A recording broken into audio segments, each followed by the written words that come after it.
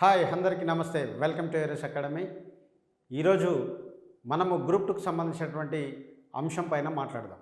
ఏంటి అసలు group 2 issue ఏంటి, తెలంగాణ రాష్ట్రంలో జరుగుతున్నటువంటి నిరుద్యోగుల పోరాటం ఏంటి, ఈ నిరుద్యోగులు ఎవరి కోసం పోరాటం చేస్తున్నారు, నిరుద్యోగులే కాకుండా గ్రూప్ 2 అప్లై చేసినటువంటి ఎంతోమంది గ్రూప్ 2 ఆస్పిరెంట్స్ కూడా ఈరోజు ఇందిరా పార్క్ దగ్గర ధర్నా చౌక్ దగ్గర ధర్నా చేయడం జరుగుతూ ఉంది. దానికి వివిధ ప్రజా సంఘాలు, రాజకీయ సంఘాలు, రాజకీయ పార్టీలు, విద్యార్థి సంఘాలు కూడా మద్దతు చేయడం జరుగుతూ ఉంది.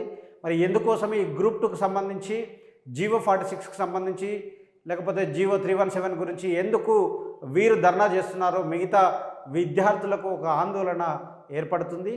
ఈ విద్యార్థుల పక్షాన ఈ విద్యార్థుల హక్కుల కోసం పోరాటం చేస్తున్నామని చెప్తున్న వీళ్ళు మరి మిగతా నిరుద్యోగులు ఎందుకు ఆందోళన గురి కావాల్సి వస్తుంది, మరొకసారి గ్రూప్ 2 రద్దవుతుందా అనే భయాందోళనలోకి నిరుద్యోగులు వెళ్తున్నటువంటి పరిస్థితి మనం చూస్తూ ఉన్నాం.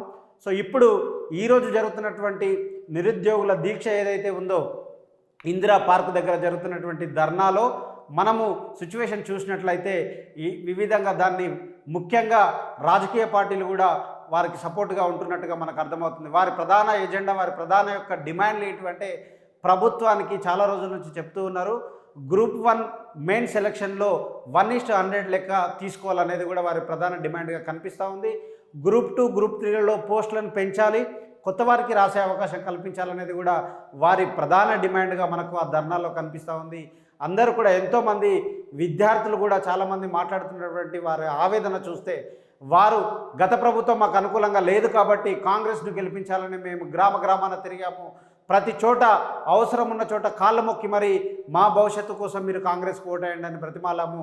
కానీ ఇప్పుడు కాంగ్రెస్ ప్రభుత్వం మాకు అందుబాటులో లేదు, కాంగ్రెస్ ప్రభుత్వం మా గురించి ఆలోచించట్లేదు, కాంగ్రెస్ ప్రభుత్వం సరైన నిర్ణయం తీసుకోవట్లేదు అనేది కూడా వారు ఆరోపిస్తున్నట్టుగా మనకు కనిపిస్తుంది. మరి విద్యార్థులారా, నిరుద్యోగులారా, మీరందరూ కూడా ఆలోచన చేయండి, ఏది కరెక్టు, ఏది నిజం, ఏది మనకు అవసరం అనేది కూడా ఆలోచించాలి. ఇప్పటికే గ్రూప్ 1 3 సార్లు రద్దయి, మూడోసారి మనకు ఎగ్జామ్ జరిగింది. ఇక గ్రూప్ 2 కూడా 2 సార్లు రద్దయింది.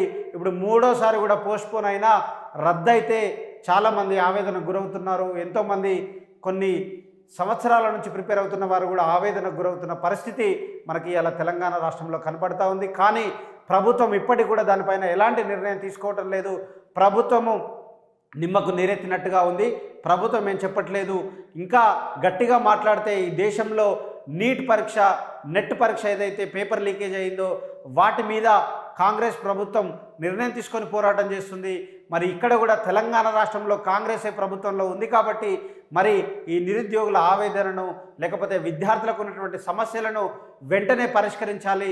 ప్రభుత్వం దీనిని సీరియస్గా తీసుకొని విద్యార్థులకు ఒక సూచన చేసి ఆ సూచన కరెక్ట్గా విద్యార్థుల జీవితాలకు న్యాయం జరిగేటట్టుగా ఉండేటట్టుగా కూడా మీరు ఆలోచన చేయాల్సిందిగా మేము విజ్ఞప్తి చేస్తూ ఉన్నాం. లేదనంటే ఈ ధర్నా ఇంతటితో ఆగదనేది కూడా హెచ్చరిస్తూ ఉన్నారు. విద్యార్థుల లోపల రోడ్లపైకి వచ్చేటువంటి పరిస్థితి, ఆందోళనలు ఈరోజు వచ్చాయి. ముఖ్యంగా ప్రతిపక్ష పార్టీలు కూడా ఈరోజు విద్యార్థుల పక్షాలను నిలవడం, విద్యార్థులను గొంతెత్తి మాట్లాడేటట్టుగా ధైర్యాన్ని కల్పించడం కూడా మనం చూస్తూ ఉన్నాం. ప్రభుత్వం ఇంకా ఇలాగే గుడ్డిగా నిద్రపోతున్నట్టుగా నటిస్తే మాత్రం ఖచ్చితంగా విద్యార్థుల ఆగ్రహానికి, ఈ నిరుద్యోగుల ఆవేశానికి గురి కావాల్సినటువంటి పరిస్థితి ఉంటుంది. మొన్ననే గ్రాడ్యుయేట్ ఎమ్మెల్సీ ఎన్నికల్లో గెలిపించినటువంటి తీన్మార్ మల్లన్న గారు దీన్ని బాధ్యతగా వహించాలి. బాధ్యత తీసుకొని ప్రభుత్వం తరఫున విద్యార్థుల మధ్య వారధిగా మాట్లాడి వీరికి న్యాయమైన డిమాండ్లను న్యాయం చేస్తూ వారికి ఏ విధమైనటువంటి సూచన చేయాలనేది కూడా ప్రభుత్వం ఆలోచించాలి. ఎందుకనంటే 1:100 అనేది గతంలో బట్టి విక్రమార్క గారు సిఎల్పి నాయకుడిగా ఉండి 1:100 అనేది న్యాయమైన డిమాండ్ అని వారే చెప్పారు. మరి ఈరోజు వారు ప్రభుత్వంలోకి వచ్చిన తర్వాత ఆ న్యాయమైన డిమాండ్ అనేది కనబడకుండా పోయిందా, లేకపోతే వీరు కేవలం ప్రభుత్వాన్ని దుష్ప్రచారం చేయడానికే ఇది న్యాయమైన డిమాండ్ అని చెప్పిరా అనేది కూడా ఎంతోమంది నిరుద్యోగుల లోపల ఒక ఆలోచన, ఒక అభద్రత భావాన్ని కల్పిస్తుంది. కాబట్టి వెంటనే డిప్యూటీ సీఎం గారు దీని మీద సరైనటువంటి కమిటీ ద్వారా టీఎస్పీఎస్సీ, టీజీపీఎస్సీ అని నిర్వహించేటువంటి కమిటీ ఏదైతే ఉందో ఆ కమిటీ మాట్లాడాలి. ఇప్పటికీ ఒక్కసారి కూడా టీజీపీఎస్సీ చైర్మన్ వీటిపైన స్పందించలేదు.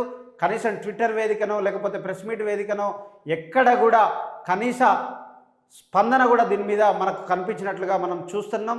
అసలు తెలంగాణ రాష్ట్రంలో టీజీపీఎస్సీ చైర్మన్ ఉన్నారా లేరా అనేటువంటి అనుమానాన్ని కూడా నిరుద్యోగులు, గ్రూప్ 2 ఆస్పిరెంట్లు, గ్రూప్ 3 ఆస్పిరెంట్లు వ్యక్తం చేస్తున్నట్టుగా కూడా మనకు అర్థమవుతుంది. కాబట్టి ఇప్పటికీ కూడా ప్రభుత్వం ఇంకా సరైనటువంటి నిర్ణయం తీసుకోక ఆలస్యం చేస్తే ఈ నిరుద్యోగుల ఆగ్రహానికి గురి కావాల్సినటువంటి పరిస్థితి నెలకొంది. ఖచ్చితంగా రేపటి నుండి ఉస్మానియా యూనివర్సిటీ జేఏసీ నాయకులు కూడా, ఉస్మానియా యూనివర్సిటీ విద్యార్థులు ఇప్పటికే ఉస్మానియా యూనివర్సిటీలో వారి పక్షాన ర్యాలీ తీయడం జరిగింది. నీట్ పరీక్షకు రద్దు చేయడం ద్వారా నీట్ పరీక్షను కూడా తిరిగి మళ్ళీ నిర్వహించాలనేది కూడా వారి ప్రధాన డిమాండ్గా ఈరోజు ఉస్మానియా యూనివర్సిటీలో కూడా చేశారు. ఇంకా మాలాంటి వారు కూడా విద్యార్థి నాయకులకు అండగా నిలబడి ఇంకా ఈ యొక్క అంశాలను సమాజం దృష్టికి తీసుకెళ్లడానికి కూడా మేము సీరియస్గా పనిచేయడానికి సిద్ధంగా ఉన్నాం. కాబట్టి ప్రభుత్వం వెంటనే వీటిపైన నిర్ణయం తీసుకోవాలి. నీట్ పరీక్షను రద్దు చేయాలి, నీట్ పరీక్షను మళ్ళీ రాయించాలి అనేది ఎంత నిజమైన పోరాటమో, నిజంగా గ్రూప్ 2కు సంబంధించినటువంటి విద్యార్థులు చేస్తున్నటువంటి ఆవేదన, వారి యొక్క పోరాటం కూడా అంతే నిజం ఉంది. కాబట్టి గ్రూప్ 2కు సంబంధించి ఉద్యోగాలను పెంచండి. నియామకాలు మళ్ళీ మీరు ఎప్పుడు వేస్తారో కూడా తెలియదు. కాబట్టి వేస్తున్న ఈ నోటిఫికేషన్లోనే ఉద్యోగాలను పెంచి అందరికీ రాసే అవకాశం కల్పించి వారిని ఖచ్చితంగా గ్రూప్ 2 అధికారులుగా చూసేటట్టుగా, వారి భవిష్యత్తులో వెలుగులు పొందేటట్టుగా ప్రభుత్వం ఆలోచన చేయాలి. ఈ ప్రభుత్వం కనుక వెనుకబడి ఆలోచన చేయకపోతే ఖచ్చితంగా ముందు ముందు ఇంకా పెద్ద ఎత్తున పోరాటాలు చేసేటువంటి అవకాశం ఉంది. ఇప్పటికే నిరుద్యోగులంతా ఒక ఆలోచన చేస్తూ ఉన్నారు. రాష్ట్ర వ్యాప్తంగా కూడా పర్యటన చేయాలి, రాష్ట్ర వ్యాప్తంగా కూడా పాదయాత్ర చేయాలి. పాదయాత్ర చేసి ఈ ప్రభుత్వం తీసుకునే నిర్ణయాలు విద్యార్థులకు ఎగనెస్ట్గా ఉన్నాయి, నిరుద్యోగుల పక్షాన లేవు. ఇప్పటికీ జాబ్ క్యాలెండర్ వేస్తా అన్నారు, కానీ ప్రభుత్వం ఇప్పటివరకు జాబ్ క్యాలెండర్ మీద ఊసెత్తట్లేదు, మాట్లాడట్లేదు.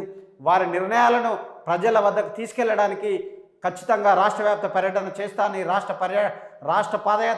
వ్యాప్తంగా పాదయాత్రలు చేస్తామని కూడా నిరుద్యోగులు వెల్లడిస్తున్నారు. వారికి ప్రజా సంఘాలు, పార్టీలు కూడా, రాజకీయ పార్టీలు కూడా అండగా నిలుస్తున్నాయి. కాబట్టి ప్రభుత్వం ఇప్పటికైనా ఆలోచన చేసి ఈ నిరుద్యోగుల న్యాయమైన డిమాండ్లను ఖచ్చితంగా పరిష్కరించాలని హెచ్చరిస్తూ, ఇంకా మీరు చేయకపోతే ముందు వారికి అండగా ఈ సమాజం నిలబడుతుందని తెలియజేస్తున్నాం.